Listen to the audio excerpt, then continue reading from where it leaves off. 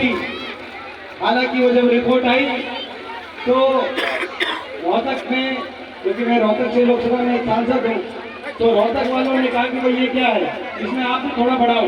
मगर एक रिपोर्ट छपी, उस रिपोर्ट में आया कि हरियाणा के 10 सांसदों में सबसे ज्यादा प्रश्न, क्योंकि प्रश्न ही सरकार से पूछना सांसद का काम होता है, सबसे ज्यादा सवाल अगर किसी ने पूछे तो वो सतपाल भट्टाचार्य जी ने सबसे ज्यादा सवाल पूछे। तो दादा, तो भाई बात ये है, मैं दादा से नहीं कहूँगा कि भाई ज्यादा सवाल पूछ लिए, अगली बार दादा के साथ बात करके कुछ मैं भी अपने सवाल करवाऊंगा, मेरा तो ज्यादा मेरा उलाना हो जाए। तो हमारे बीच में हमारे बहुत ही हमारे सुभाष देशवाल जी, जिन्होंने छत्तीसगढ़ से पूर्व हमारे विधायक बलराम कटवाल जी, हमारे प्रधान भाई ऋषिपाल जी, हमारे पूर्व मंत्री रामल लोधर जी, महावीर गुप्ता जी, हमारे प्रत्याशी रहे दिल्ली से रोहित दलाल जी, सूर्यदेव कौशिक जी, दीपक भंडारा जी, प्रवीण सिंह जी, काला नंबर घनशेर मोहनपुरा जी, घनशेर जी की यहाँ पर रिश्तेदारी भी है, उसमें चाय का था, लेकिन आज मेरे दाल किसी ने बहुत नहीं कहेंगे, अगली बात करेंगे। जैसे मलिक जी, साबराम इंदोरा जी, हमारे राम कुमार सरपंच जी, हमारे राम कुमार सरपंच जी, भाई राउत जी, संदीप प्रधान जी, अशोक जी, अशोक भाई, हमारे अशोक जी, मैं सभी पिताओं ने, बुजुर्ग नौजवान साथी, माताएं बहनें आज गांव में पहुंचे। गांव में अपने सबने, खासतौर पर नौजवान साथियों ने जो मान सम्मान स्वागत किया, गाँव में मैं आप सबका बहुत बहुत धन्यवाद करना चाहूँगा।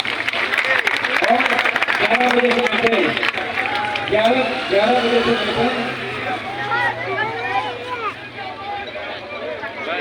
11 बजे से बैठे हैं, तो इतनी देर से आप लोग बैठे, खास तौर पर माताएं बहनें, आपने समय निकाला, आपने स्वागत किया और आपने एक आशीर्वाद दिया। और जो आपका आशीर्वाद है ये खाली नहीं जाएगा, आपका आशीर्वाद, आपके आशीर्वाद से बहुत आशा है। और आज ज्यादा लंबी बात ना करते हुए, तो लंबी चौड़ी राजनीतिक बात नहीं कहना चाहता। आप सब जानते हैं कैसी सरकार चल रही है। आज हरियाणा प्रदेश में ऐसी सरकार है जो गरीब विरोधी सरकार है, किसान विरोधी सरकार है। आज हर आदमी सरकार से दुखी है। देश में सबसे ज्यादा बेरोजगारी आज हरियाणा प्रदेश में, आज सबसे ज्यादा बेरोजगार बच्चे, पढ़े लिखे बेरोजगार बच्चे आज हरियाणा प्रदेश में। आज सबसे ज्यादा अपराध हरियाणा प्रदेश में बढ़ चुका है। नशा, आज बेरोजगारी की वजह से नशे की समस्या आज सबसे ज्यादा हरियाणा के अंदर बढ़ चुकी है। आज ऐसी सरकार है जिसको लोगों की कोई परवाह नहीं, क्योंकि ये जन भावना से बनी हुई सरकार नहीं है, जन भावना को गिरा के बनी हुई सरकार है। लोगों की बिना परवाह करे चलती है। पीछे आपने देखा होगा इस सरकार ने बुढ़ापा पेंशन भी काटने का काम किया था, हमने लड़ाई लड़ी तो उस कदम से सरकार ने अपने पीछे हटाए। लेकिन कभी बुढ़ापा पेंशन काटते हैं, कभी बीपीएल कार्ड काटते हैं, कभी जो बड़े बुजुर्गों की 6000 बुढ़ापा पेंशन की बात की थी उसको भूल गए, किसान को एमएसपी की बात कही थी, धान में 3100 की बात कही थी उसको भूल गए। ना किसान को एमएसपी, ना गरीब को जो सम्मान मिलना चाहिए, ना बड़े बुजुर्गों को सम्मान, महिलाओं को कहा था हरियाणा की हर महिला को 2100 रुपये देंगे, लेकिन आज सरकार को 1.5 साल हो गया है 2100 हरियाणा में महिलाओं को देने की बात थी, वो भी बहुत ही कम चुनिंदा हमारी माताओं बहनों को दूसरे स्कीम में डाला गया है। और वो भी जो चुनिंदा गया है डाला गया, उनको भी पहले 1000 आप देंगे और 1000 अगली सरकार में। तो अगली सरकार खाली कौन बनाएगा, मैं आपकी तो हमारी सरकार आओगी, और यहाँ तक कि मेरा कुछ सरकार को बनाई गई थी कि गरीब का कुछ काम करे, तो भला करे, किसान का भला करे, व्यापारी का भला करे, छोटे दुकानदार का भला करे, हर वर्ग का भला करे, कर्मचारी का भला करे। लेकिन भला करने की बात तो दूर है, पुरानी स्कीम्स भी बंद करें। मनरेगा की स्कीम से क्या परेशानी थी सरकार को, वो तो गरीब आदमी का एक सहारा थी वो स्कीम। मनरेगा की स्कीम एक ऐसी सरकार, एक ऐसी सोच जो मनरेगा की स्कीम को समाप्त करने की जो सरकार ने जो सोच करी है, मैं समझता हूँ आपके सामने है। तो इसीलिए नौजवानों की बेरोजगारी को लेकर हम लड़ाई कर रहे हैं।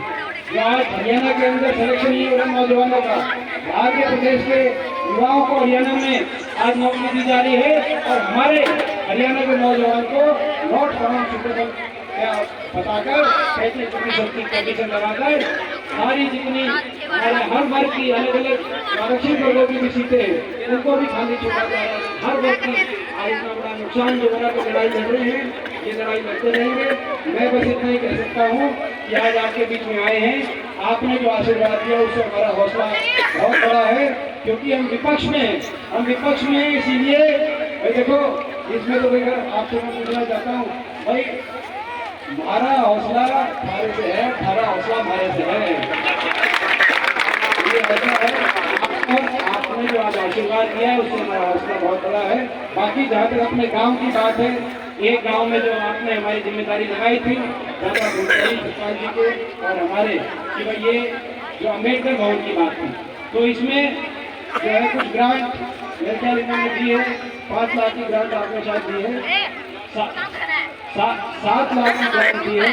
मगर मैं यही आज मेरे पे छोड़ा है, जो है मैं ये मेरे पे छोड़कर मैं इनसे छोड़ता है।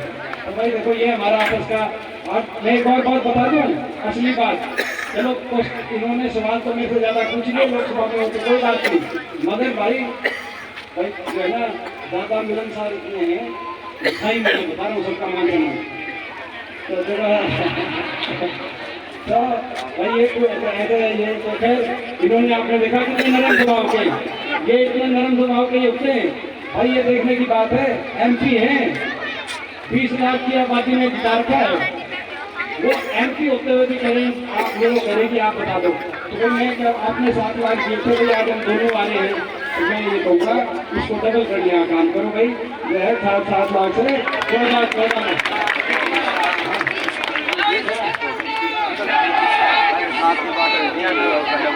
भाई इसमें भाई अरे